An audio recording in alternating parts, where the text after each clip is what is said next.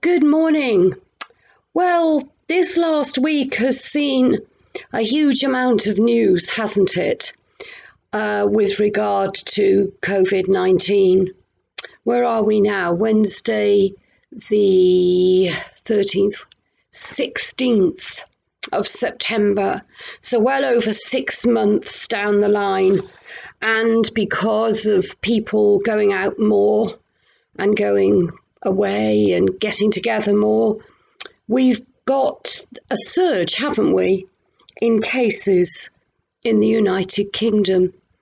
And I had an email last week which made me sad because it was about people leaving ministry on the back of this stress. And that is just so very sad, and it's made me very grateful that I'm part of such an incredibly supportive fellowship that's been willing to try different things and run with what we were able to do and tolerate my mistakes, and we've pulled so well together, and I am eternally grateful for that. And alongside of that email that I had was this. Paul could write, "We are hard pressed on every side, but not crushed, perplexed, but not in despair, persecuted, but not abandoned, struck down, but not destroyed." His hope in God took him to the place where, in spite of life's difficulties, he was not discouraged. Therefore, we do not lose heart. Though outwardly we are wasting away, inwardly we are being renewed day by day. That is what was sent to me, and that was a prayer for those in leadership, in church leadership specifically, that people will not lose heart. But I want to say this isn't about church leadership specifically. This is about all of us. It could be so easy for each person to say, "Oh, I've had enough of this. I'm just going to shut myself away," or "I'm going to be perpetually angry," or whatever.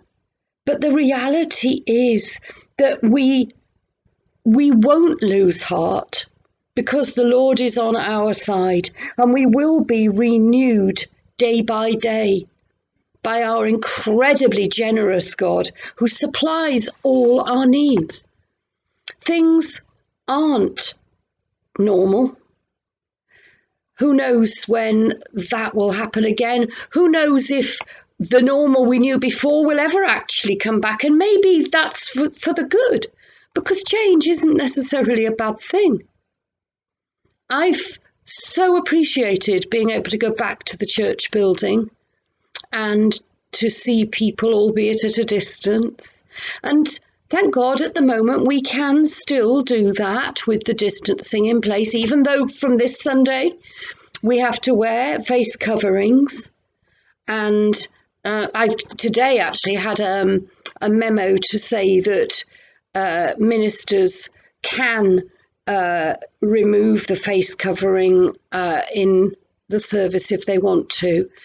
As an act of solidarity with the rest of you, I plan to keep the face covering on, except perhaps for the sermon, in the interests of being able to deliver it in a way that people can hear best.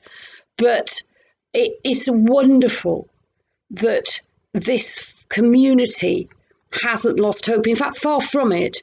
It has rallied and worked together, and I am so privileged and so blessed to be a part of it.